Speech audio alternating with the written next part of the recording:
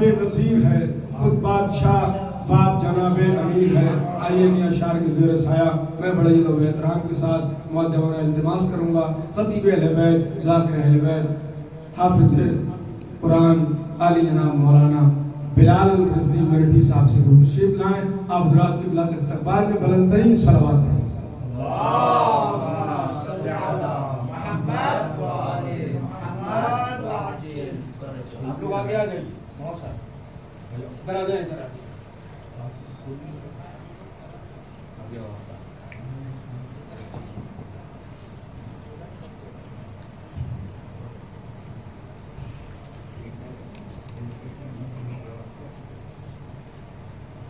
رحم اللہ کرام فاتحہ۔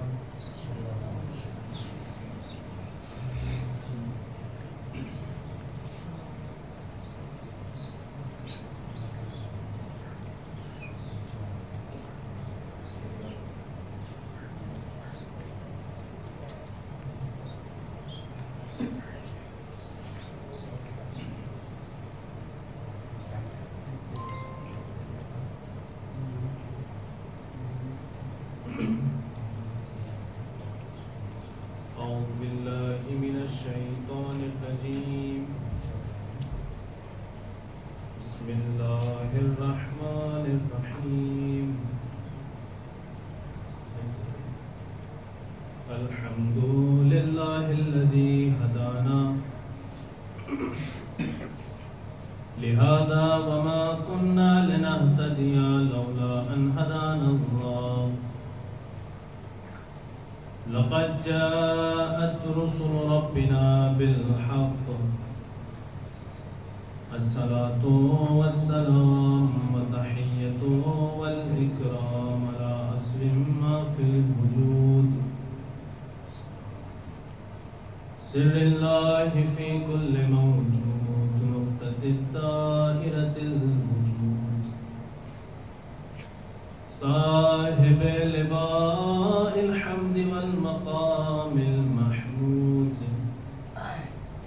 مولانا ومولى الثقلين جد الحسن والحسين أبي القاسم محمد، اللهم صل على محمد وآل محمد وعلى أهل بيته الطيبين الطاهرين المعصومين المنتخبين المنتجبين المظلومين، ولعنة الله على أعدائهم أجمعين من يومنا هذا إلى قيام يوم الدين، أما بعد، فقد قال سبحانه وتعالى في قرآن المجيد، بسم الله الرحمن الرحيم، إن علينا للهدى وإن لنا للآخرة والأولى۔